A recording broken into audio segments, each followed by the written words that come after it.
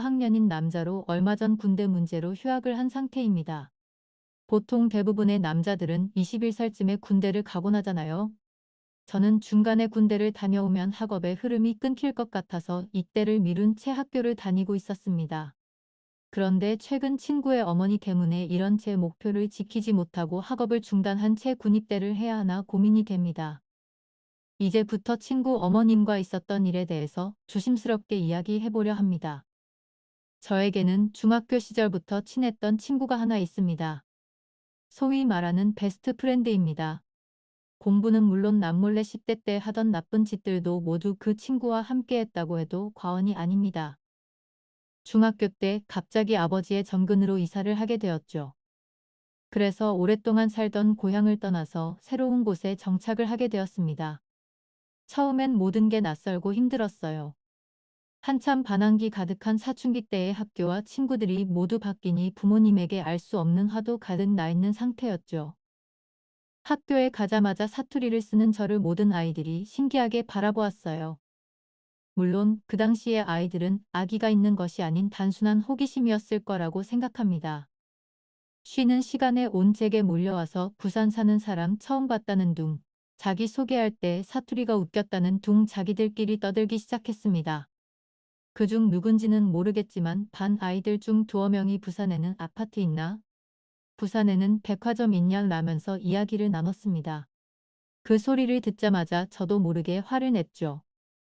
대체 서울 애들은 부산을 뭘로 아는 거냐며 부산에도 아파트 있고 백화점 있다고 말투가 다르다고 왜 사람을 무시하냐고 책상을 발로 찬 채 교실 밖으로 뛰쳐나왔습니다. 호기롭게 교실 밖으로 달려나갔지만 처음 온 학교에서 아는 곳도 없었기에 전 학교 뒷마당에서 방황할 수밖에 없었죠. 다시 교실을 들어가기엔 너무도 창피하고 그렇다고 집에 돌아가기엔 어머니에게 등짝을 후드려 맞을 것 같아서 이러지도 저러지도 못하는 제 눈앞에 누군가가 나타났습니다. 바로 준석이었죠. 화단에 걸러앉아 땅바닥만 내려다보고 있는데 웬 그림자가 하나 멈춰서 있더군요. 고개를 들어서 올려다보니 멀대처럼 키가 큰 또래의 남자애가 양손에 바나나 우유를 들고 서 있었습니다. 그 당시엔 준석이의 이름도 성격도 아는 것이 하나도 없었습니다. 전학 첫날이니 같은 반인지도 몰랐죠. 준석이는 아무 말 없이 저에게 우유를 하나 건네주더군요. 그러더니 제 옆에 털썩 앉고선 자연스럽게 경상도 사투리로 말을 했습니다. 걔 안타. 내도 대구에서 왔는데 처음에 저랬다. 지내다 보면 다 괜찮아진다. 애들이 다 그렇지 뭐. 어디든 사람 사는데 아니겠나. 마치 세상 다 산 사람처럼 말하는 친구의 말에 저도 모르게 웃음이 터졌습니다. 니는 아니가 바나나 우유를 마시면서 배를 잡고 웃는 우리 둘은 그날 이후로 베스트 프렌드가 되었습니다. 중학교 때에는 신기하게도 2학년, 3학년 내내 그 친구와 같은 반으로 배정되었습니다. 이 정도면 하늘이 내려준 우정 아니냐며 서로 신기해했었죠. 그래서 꼭 같은 고등학교로 진학하자고 서로 약속을 했습니다. 그렇게 우리는 고등학교로 올라오면서까지 진한 우정을 이어가곤 했었죠. 서로 취미도 비슷했습니다. 밖에서 농구를 할 때도 있었고 컴퓨터 게임에 빠지기도 했습니다. 준석이네는 아버지가 안 계셔서 조금 더 분위기가 자유로웠습니다. 알고 보니 준석이네도 집안 속사정이 꽤나 복잡하더군요. 준석이네 아버지가 대구 사람이어서 그곳에서 나고 자랐다고 합니다. 그런데 아버지가 돌아가신 후 더 이상 어머니께서 그 동네에 머무는 것을 힘들어 하셨다고 하더군요. 어딜 가나 아버지가 자꾸 생각나서 너무 마음이 아프다며 결국 어머니의 고향인 서울로 오게 되었다고 합니다. 자신도 정든 고향을 떠나게도 되어서 친구들과도 멀어지니 어머니를 원망하고 싶었지만 너무 깊은 상처를 안고 있는 모습을 보자 그럴 수 없었다고 합니다. 솔직히 처음 준석이네 어머님을 보게 되었을 때 저는 깜짝 놀랐습니다. 우리 엄마와는 전혀 딴 판이었거든요. 저희 집은 제가 막둥이여서 엄마 나이가 좀 많은 편이었습니다. 그런데 준석이네 어머님은 엄청 젊었어요. 젊었다는 표현보다 어리게 보였다는 말이 더 맞는 것 같아요. 준석이가 말하지 않았다면 누나라고 해도 믿었을 정도였어요. 처음 어머님을 봤을 때 멍하니 보고 있자 준석이는 그런 반응 익숙하다는 듯 피식 웃었습니다. 와, 이쁘나? 전 무슨 소리냐고 얼버무렸지만 준석이는 그런 저를 보며 낄낄대고 웃었습니다. 준석이 어머님은 어린 나이에 아버지를 만나서 준석이를 가졌다고 합니다. 그래서 고등학교도 채 졸업하지 못한 채 출산을 하게 되었다고 하더군요. 어쩐지 엄청 어려 보인다고 생각 들었습니다. 솔직히 나이를 듣고 나도 그 나이보다 더 어려 보여서 참 신기했습니다. 마치 테레비 속 여배우 같다고 느껴졌습니다. 길고 긴 검은 속눈썹에 오똑한 코, 붉은 입술에 새까맣고 매끈한 머리카락까지 준석이는 솔직히 엄마가 예쁜 게 스트레스라고 합니다. 어머님께서는 화장품 가게를 운영하고 있는데 상가 주변에서 질 안 좋은 아저씨들이 자꾸 찍적댄다며 그래서 자신이 지켜줘야 한다고 하더군요. 복덕방 할아버지부터 생선가게 아저씨, 정육점 아저씨, 쌀집 노총각까지 전부 사지도 않을 화장품을 구경한다고 매일같이 어머님네 가게를 들락날락한다며 짜증을 냈습니다. 그 말을 듣자 괜시리 저도 짜증이 울컥 밀려오더군요. 그래서 저도 어머님을 지키는데 도와주겠다고 결심했습니다. 괜찮은 멋진 아저씨가 나타나기 전까지 어머니는 우리가 지키자고 했죠. 그래서 밤과 후 별다른 일이 없으면 우린 어머님 가게 근처에서 농구를 하거나 오락실에서 놀다가 어머님이 가게 문을 닫을 때 슬그머니 가서 도와드리곤 했습니다. 게다가 준석이네 어머님은 음식 솜씨도 엄청 좋았어요. 토속적인 음식을 잘 한다기보다 우리 또래가 좋아할 만한 돈가스나 고로케 등을 잔뜩 만들어 주셨죠. 게다가 저는 집에서 햄버거를 만들 수 있다는 사실도 그때 처음 알게 되었습니다. 준석이네 집에서 주말에 드러누워서 오락기를 하거나 만화책을 보고 있으면 어느새 맛있는 냄새가 솔솔 풍겨왔습니다. 주방에 슬그머니 가보면 미국 영화 속에서 보는 것처럼 엄청 높은 햄버거가 만들어져 있었어요. 밖에서 사 먹는 것과는 비교도 안 되는 맛이었습니다. 매일 이런 걸 먹고 사는 준석이가 너무 부러웠어요. 고등학교 2학년 때까지 준석이네서 거의 살다시피 지냈다고 해도 과언이 아닙니다. 집안에서 막내였기 때문에 공부하라는 잔소리는 들지 않았거든요. 형, 누나 챙기느라 바쁜 엄마는 제가 늦게 들어와도 별 신경을 쓰지 않았습니다. 그렇다고 아예 무관심한 건 아니었어요. 저도 나를 공부하는 걸 좋아하는 편이라 준석이와 함께 놀기만 하지 않고 공부도 꾸준히 하고 있어서 상위권 성적을 유지하고 있었거든요. 걸어서 10분 정도 떨어져 있기 때문에 우린 친형제처럼 딱 붙어서 지냈습니다. 딱 한 번 싸운 적은 있습니다. 고등학교 3학년 때 대학 입시를 위해서 학원을 다닌 적이 있습니다. 그곳에서 옆 학교 여학생을 보고 첫눈에 반하게 되었죠. 그런데 준석이도 그 여학생에게 눈길을 뺏긴 것입니다. 제 인생 처음으로 사랑에 빠진 상대인데 하필 준석이도 좋아하다니요. 사람의 라이벌이 된 것입니다. 처음엔 싸우기까지는 하지 않았습니다. 둘 다 정정당당하게 호감을 표시하기로 했죠. 그런데 그 여학생의 반응이 우리 둘을 힘들게 하였습니다.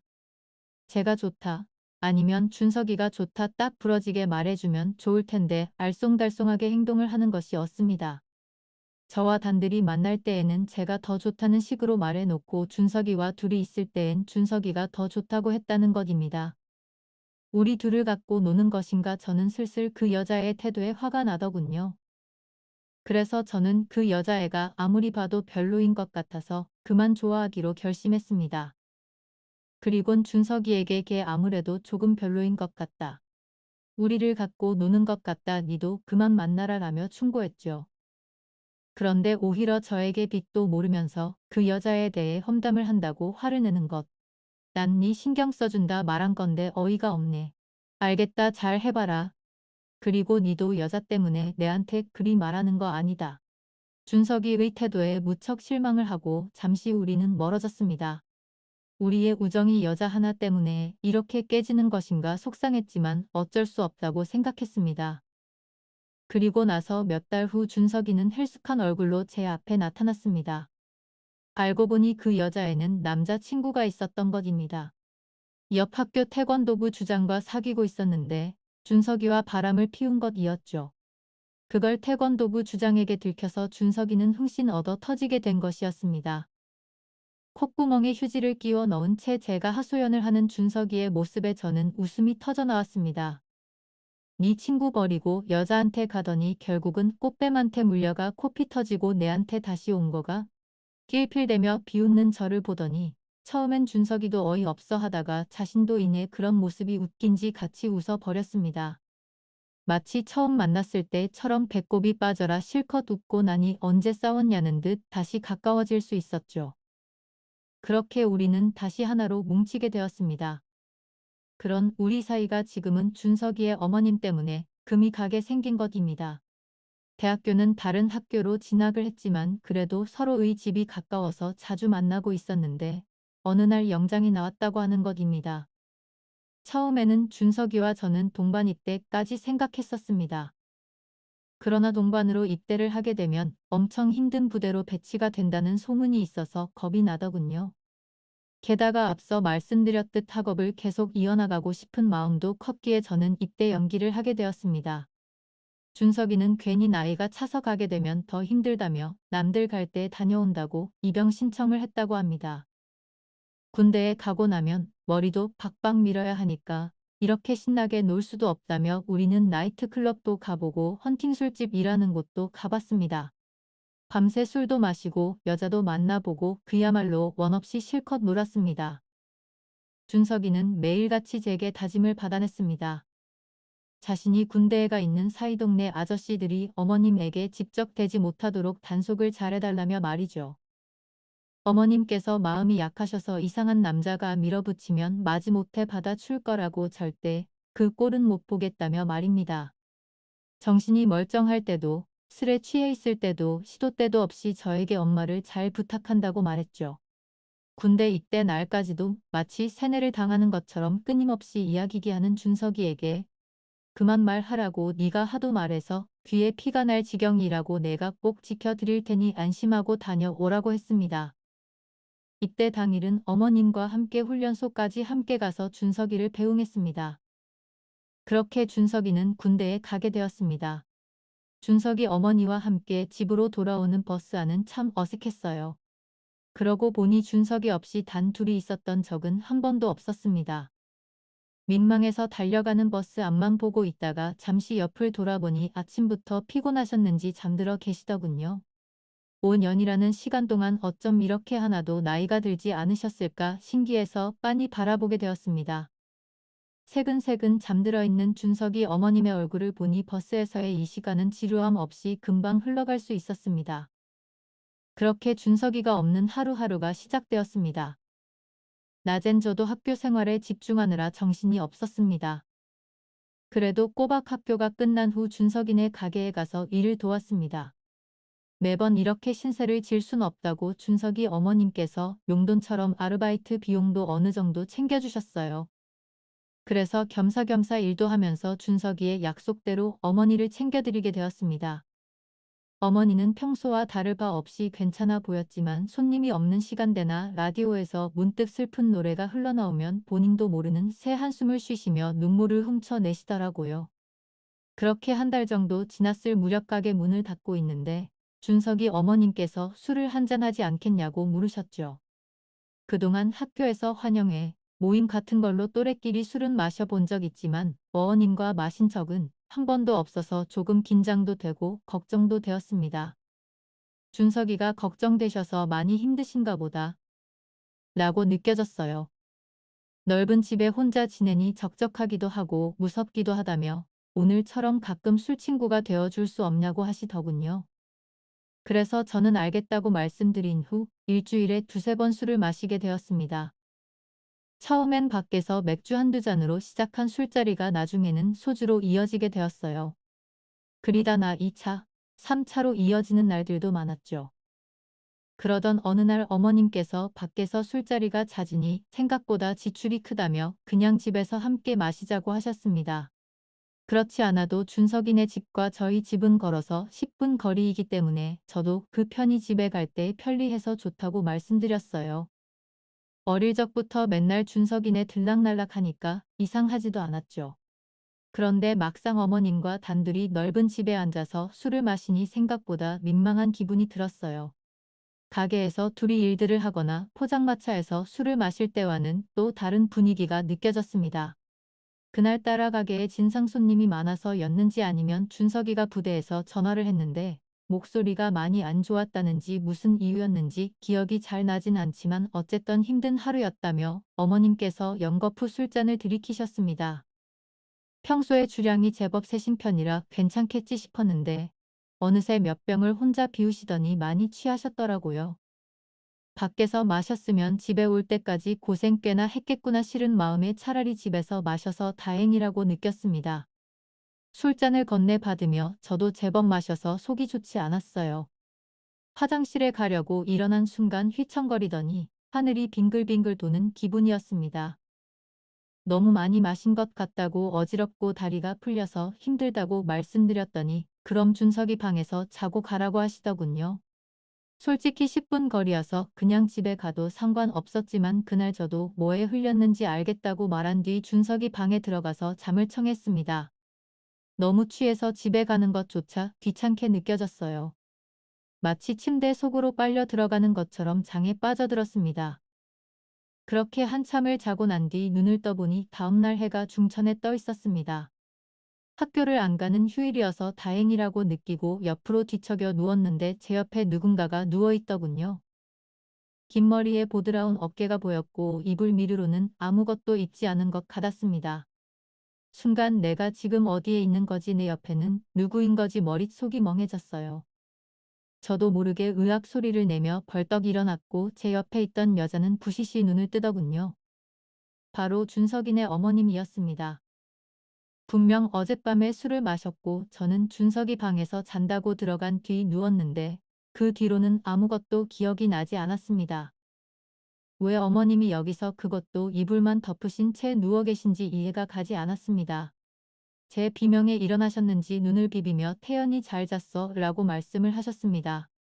어버버거리는 저를 빤히 쳐다보시더니 혹시 어제 일이 기억나지 않는 거니? 라고 하시더군요.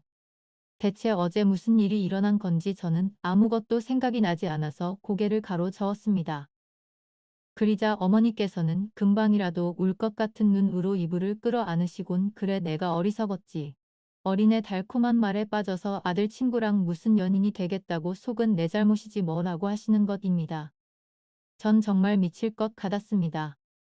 어머님 말씀을 되짚어보면 제가 어머님을 꼬셔서 하룻밤을 보냈다는 것인데 도무지 저는 기억도 나지 않았습니다.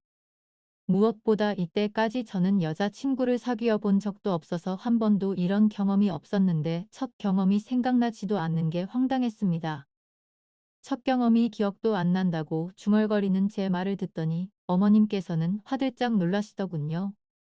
처음이 기억 안 나서 어떡하냐고 그럼 다시 한번 해보면 어젯밤 일이 기억나지 않을까? 라며 저에게 다가오셨습니다. 그때 바로 방을 뛰쳐나와야 했었는데 아직도 술이 덜 깼던 것인지 아니면 호기심이 정신을 지배한 것인지 저는 어머님을 거절하지 못하고 그렇게 그날 아침 새로운 세계를 경험하고 말았습니다. 처음엔 당혹감, 그리고 미안함이 가득했습니다. 앞으로 준석이 얼굴을 어떻게 봐야 하나 지켜드린다고 했는데 오히려 내가 어머님과 만나게 되었으니 뭐라고 말해야 하나 싶었습니다. 한 번은 실수라고 치고 다신 그리지 말자 싶었는데 그렇게 되었으면 지금처럼 사연을 보내지도 않았겠죠. 처음 알게 된 황홀함은 제 이성을 마비시켰습니다. 그렇게 그 뒤로 저는 우정보다 사랑을 택하게 되었습니다. 처음 한 번이 어렵지 그 다음에는 별다른 죄책감도 들지 않았습니다. 준석이가 휴가를 나온 날은 친구 얼굴을 보는 게 조금 민망했지만 한편으로는 오늘은 어머님과 함께하지 못하는구나라는 아쉬움이 들더군요. 준석이 휴가 기념으로 셋이서 술을 마신 적도 있습니다. 준석이가 술에 취해 골아 떨어지자마자 어머님은 저에게 다가왔고 그날도 아슬아슬한 스릴을 즐기며 밤을 보냈습니다. 그렇게 2년의 시간이 흘러서 결국 준석이는 제대를 하게 되었습니다. 그동안 우리 엄마 지키느라 고생했다. 너 덕분에 군대에서 마음 편히 놓을 수 있었어. 준석이의 말을 듣는 순간 그때라도 어머님과의 만남을 끊었어야 했는데 그러지 못한 것을 아직도 후회하고 있습니다. 그 뒤 준석이가 집에 돌아오게 되었고 저와 어머님의 만남은 예전처럼 활발하지 못했습니다. 그럴수록 왠지 모르게 더욱 불타오르게 되더군요. 아슬아슬한 줄다리기를 하듯이 준석이 가술에 취해 잠든 날마다 저는 어머님과 함께 했었죠. 그렇게 그날도 어머님과 뜨거운 시간을 나눈 뒤 침대에 누워 있는데 갑자기 안방 문이 열렸습니다. 그 사이로 싸늘한 표정의 준석이가 서 있었죠. 네가 어떻게 그럴 수 있어? 저는 오해라고.